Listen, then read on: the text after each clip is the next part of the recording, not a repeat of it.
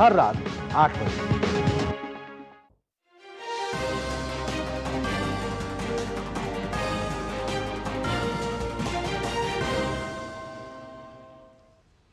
नमस्कार, सांकेतिक भाषा के इस खास बुलेटिन में आप सभी का स्वागत है। मैं हूं कृतिका और मेरे साथ है मेरी सहयोगी मनीषा, जो खबरों को सांकेतिक भाषा के जरिए आप सभी तक पहुंचाएंगी। तो चलिए शुरुआत करते हैं इस खास बुलेटिन की और सबसे पहले नजर डालते हैं सुबह की सुर्खियों पर। अहमदाबाद विमान हादसे की जांच में तेजी, सरकार ने बनाई उच्च स्तरीय समिति। ऐसी घटनाओं को रोकने और संभालने के लिए एसओपी तैयार करने पर भी होगा फोकस।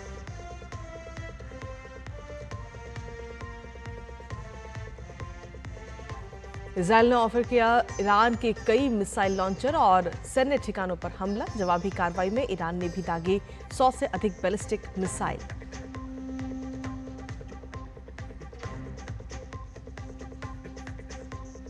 आज दिल्ली में आयुष मंत्रालय करेगा योग कनेक्ट नाम से हाइब्रिड ग्लोबल समिट की मेजबानी। योग गुरु और स्वास्थ्य विशेषज्ञ समेत कई दिग्गज होंगे शामिल।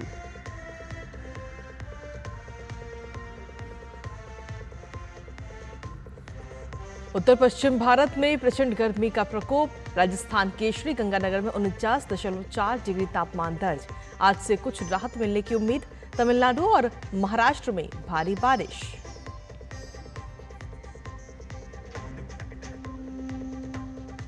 और WTC फाइनल में ऑस्ट्रेलिया ने दक्षिण अफ्रीका के सामने रखा 282 रन का लक्ष्य। जवाब में दक्षिण अफ्रीका ने 2 विकेट पर बनाए 213 रन। एडन मार्करम ने खेली शतकीय पारी।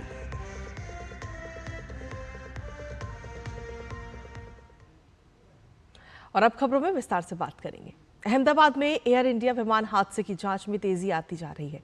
भारत का एयरक्राफ्ट एक्सीडेंट इन्वेस्टिगेशन ब्यूरो यानी AAIB की टीम इसकी जांच कर रही है। जांच के लिए सिविल एविएशन मंत्रालय ने उच्च स्तरीय समिति भी गठित कर दी है। ये समिति दुर्घटना के मूल कारण का पता लगाएगी। ये यांत्रिक विफलताओं, मानवीय भूल, मौसम की स्थिति, विनियामक अनुपालन और अन्य कारणों सहित और दूसरे कारकों का भी आकलन करेगी। भविष्य में ऐसी घटनाओं को रोकने और संभालने के लिए आवश्यक सुधारों की सिफारिश और इसके लिए उपयुक्त एसओपी तैयार करने पर उच्च स्तरीय समिति का फोकस रहेगा। एसओपी में इसके लिए सर्वोत्तम अंतर्राष्ट्रीय तरीके भी शामिल किए जाएंगे। जांच में अमेरिकी नेशनल ट्रांसपोर्टेशन सेफ्टी बोर्ड यानी NTSB सहयोग कर रहा है, तो ब्रिटेन के एयर एक्सीडेंट्स इन्वेस्टिगेशन ब्रांच की भी मदद ली जा रही है। विमान हादसे के 28 घंटे के भीतर एयर इंडिया फ्लाइट AI 171 का ब्लैक बॉक्स बरामद भी कर लिया गया। नागर विमानन मंत्रालय और विमान दुर्घटना जांच ब्यूरो ने बताया कि ब्लैक बॉक्स को दुर्घटना स्थल की एक इमारत की छत से बरामद किया गया है, जहां हादसे के समय विमान टकराया था। नागरिक उड्डयन मंत्री राममोहन नायडू ने एक्स पर पोस्ट में कहा कि ब्लैक बॉक्स में मौजूद तकनीकी जानकारी और उड़ान से जुड़े डेटा की मदद से हादसे के कारणों की गहराई से जांच की जाएगी।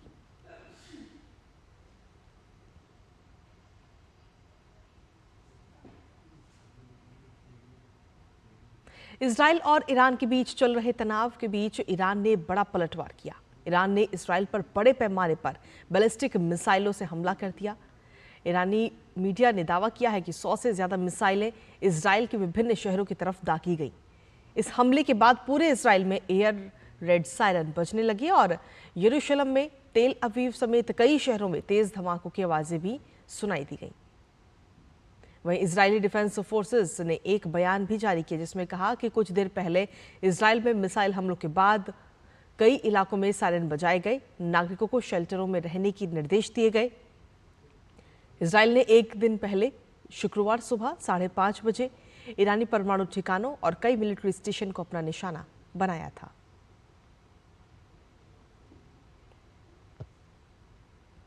वहीं ईरान के हमले से इजराइल में कई इमारतों और वाहन भी क्षतिग्रस्त हो गए। बचाव दल ने इमारतों में फंसे लोगों को बाहर निकाला। इजराइल की मीडिया के अनुसार हमले में 2 लोग गंभीर रूप से घायल हुए हैं, तो वहीं 34 लोग मामूली रूप से घायल हुए हैं। इजरायली सेना ने एक वीडियो भी जारी करके बताया कि ज्यादातर ड्रोन्स को हवा में ही मार गिराया गया।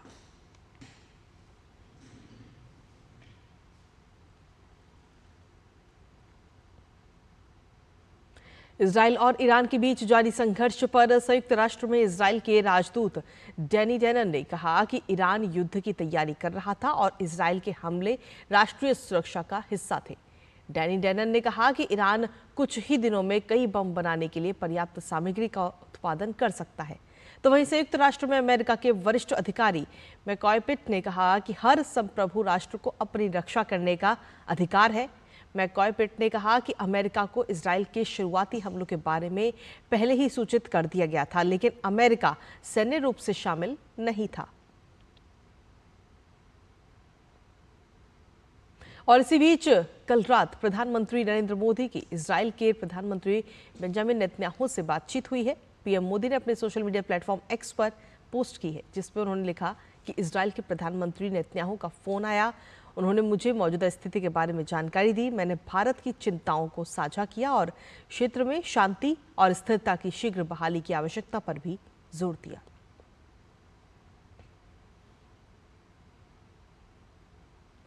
सीबीआई एक ड्रग तस्कर को संयुक्त अरब अमीरात से प्रत्यर्पित कर लाने में सफल रही है। ताहिर सलीम डोला नामक ड्रग तस्कर की मुंबई पुलिस को तलाश थी। इसके खिलाफ इंटरपोल रेड नोटिस जारी किया गया था। शुक्रवार को डोला को दुबई से उड़ान संख्या AI 984 से छत्रपति शिवाजी महाराज अंतर्राष्ट्रीय हवाई अड्डे पर लाया गया। डोला पर महाराष्ट्र के सांगली में नशीले पदार्थों की फैक्ट्री संचालित करने का आरोप है। फैक्ट्री पर पुलिस के छापे के दौरान 25,22,000 रुपए की 126.141 किलोग्राम मेफेड्रोन ड्रग्स जब्त की गई थी। वो विदेश से ही फैक्ट्री संचालित करता था। बाद में उसके UAE में होने की जानकारी मिली।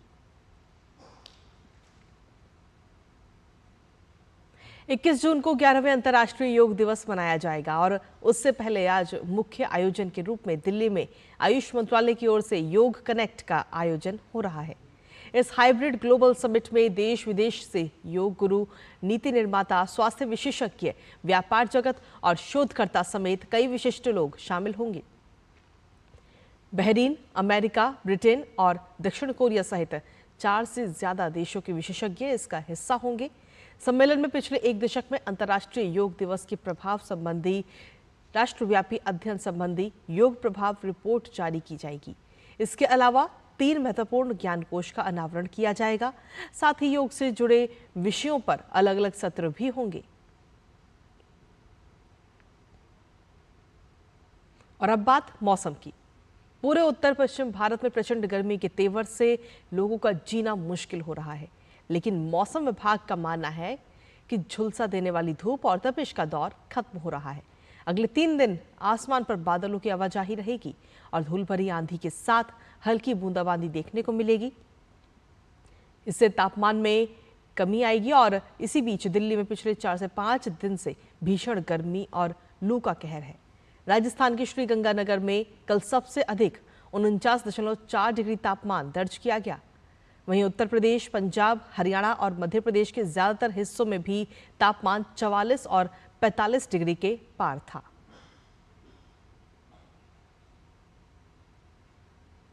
मानसून की रफ्तार एक बार फिर तेज हो चुकी है। जहां मौसम विभाग की माने तो समय से पहले 25 जून तक इस बार मानसून दिल्ली समेत उत्तर पश्चिम भारत के ज्यादातर हिस्सों को कवर कर लेगा।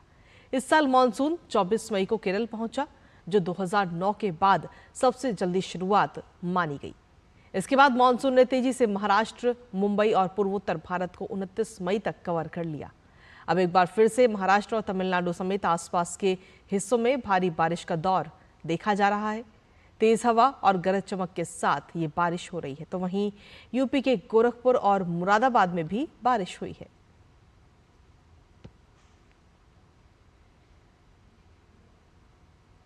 वहीं पहाड़ी राज्यों की बात करें तो हिमाचल प्रदेश में कई हिस्से बारिश में भीग गए और धर्मशाला में तेज हवाओं के साथ तेज बारिश हुई। पिछले हफ्ते शिमला समेत तमाम इलाकों में अधिकतम तापमान 30 डिग्री से ज्यादा दर्ज किया गया, जिसकी वजह से भीषण गर्मी का यहां लोगों ने एहसास किया। लेकिन अब बारिश की फुहारों से तापमान में गिरावट आई है। और अब बात खेल से जुड़ी खबरों की। लॉर्ड्स में खेले जा रहे विश्व टेस्ट चैंपियनशिप फाइनल में ऑस्ट्रेलिया ने दक्षिण अफ्रीका के सामने जीत के लिए 282 रन का लक्ष्य रखा है। जवाब में तीसरे दिन का खेल खत्म होने तक दक्षिण अफ्रीका ने 2 विकेट खोकर 213 रन बना लिए हैं। दक्षिण अफ्रीका की ओर से एडन मार्करम ने शतकीय पारी खेली तो वहीं कप्तान टेम्बा बावुमा ने अर्धशतक लगाया। मार्करम 102 और बावुमा 65 रन बनाकर नाबाद हैं। इससे पहले ऑस्ट्रेलिया की दूसरी पारी 207 रन पर सिमटी। दूसरी पारी में ऑस्ट्रेलिया की ओर से सर्वाधिक 58 रन मिचेल स्टार्क ने बनाए। स्टार्क और हेजलवुड ने आखिरी विकेट के लिए 59 रन जोड़े। अफ्रीकी टीम की ओर से कगिसो रवाडा ने 4 और एनगिडी ने 3 विकेट लिए। और इसी के साथ सांकेतिक भाषा के इस खास बुलेटिन में मुझे और मेरी सहयोगी मनीषा को दीजिए इजाजत। नमस्कार।